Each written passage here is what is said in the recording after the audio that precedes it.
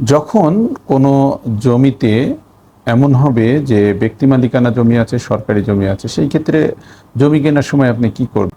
জমি কেনার সময় আপনাকে অনেক সতর্কতা অবলম্বন করতে হবে। যেমন ধরুন, একটি দাগে 20 শতক জমি আছে, টোটালি 20 শতক জমি। সেই 20 শতক জমির ভিতরে 5 শতক জমি সরকারি জমি, সরকারি যে কোনো জমি হতে পারে।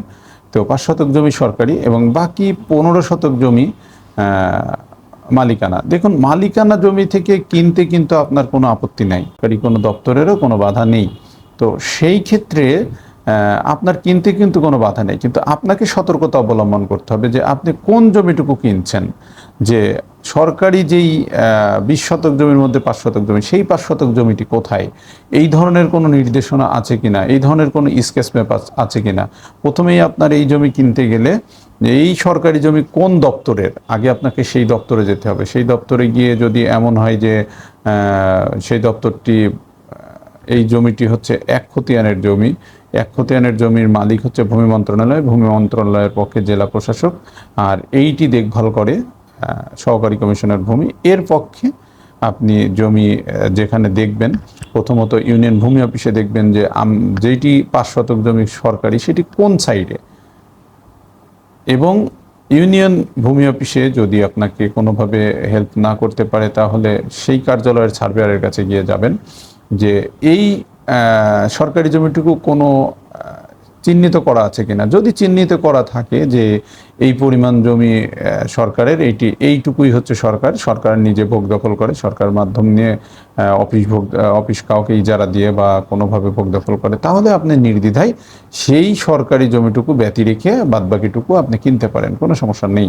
কিন্তু যদি কোনো স্কেচ না করা থাকে তাহলে আপনাকে আগে কনফার্ম হইতে হবে যে সরকারি জমিটুকু কোনটুকু। যতক্ষণ না আপনি সরকারি জমি কোনটুকু এটা জানতে পারছেন, মনে করবেন যে আপনি কিন্তু হয়রানি হতেই হবে আপনাকে।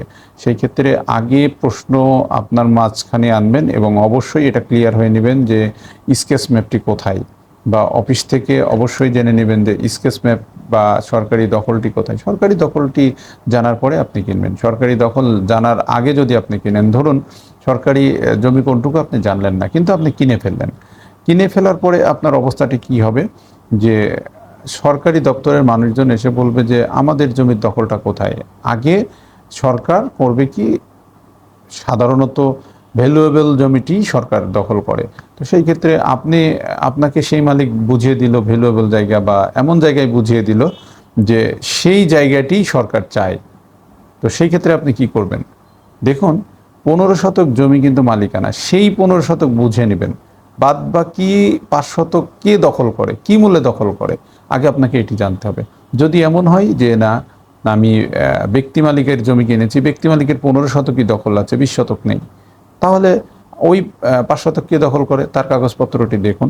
যদি এমন হয় যে তার কাগজপত্রটি দেখে তার কোনো ডকুমেন্ট নেই, তাহলে আপনি সেই ব্যক্তি মালিকানার জমিটা কিনবেন। তা না হলে আপনি ওই জমির দিকে পা বাড়াবেন না।